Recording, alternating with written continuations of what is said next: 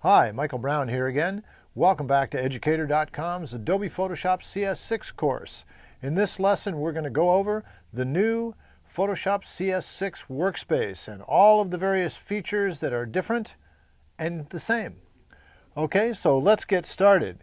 For any of you who are familiar with Photoshop in any regard, and I'm going to go ahead and open up Photoshop CS5 so you can see the difference, the initial thing that you see is a real visual change to the interface. It's by default is a very dark gray. This is what it's always been for the previous versions of Photoshop, medium gray document workspace, and you see all of the outer functionality is in a light gray, and as you can see, that has been changed. We'll get out of CS5 and get back to where we need to go here.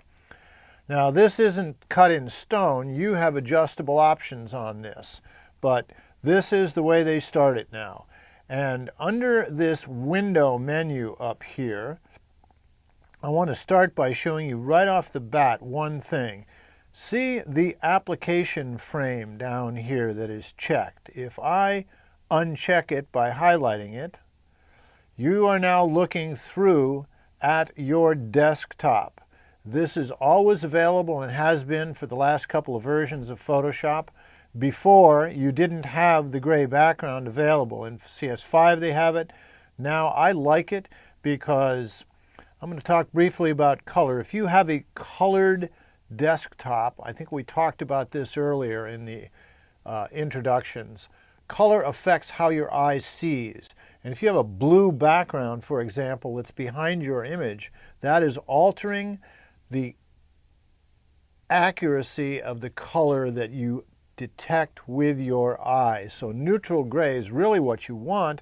And so now if you've got a flower on your desktop, no problem. Just go to the drop-down window and activate the application frame, and now this is a singular unit and you don't have to worry about your desktop. All right, the first thing we want to look at is the new interface, and we haven't done preferences. We'll do that in the next lesson, but I'm going to jump to a preference because this coloration here is adjustable.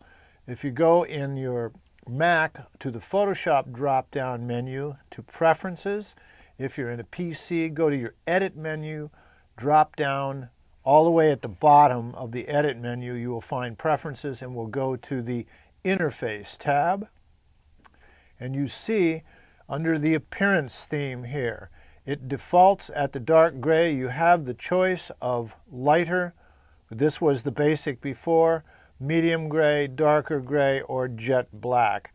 Personally, I like the medium gray document window and the slightly lighter gray on the outside, so I'm going to change this from the default to that one. There are also, which I will show you as we go down through here, different screen modes, and you have the option of changing those colors as well. Okay? And there's also a shortcut that is not in the books. If you want to change the color of this document workspace, which is what this is called behind the window that's open, on a Mac, control click. On a PC, right-click in the gray space around an open image, and there are your choices. You can alter the tonality of the document space independent from the outside just by doing that. Okay? That is how you change the actual coloration there. All right, so let's get started. We talked about the new interface. Let me put a new layer in here so we can kind of check off what we're doing. We discussed the interface directly.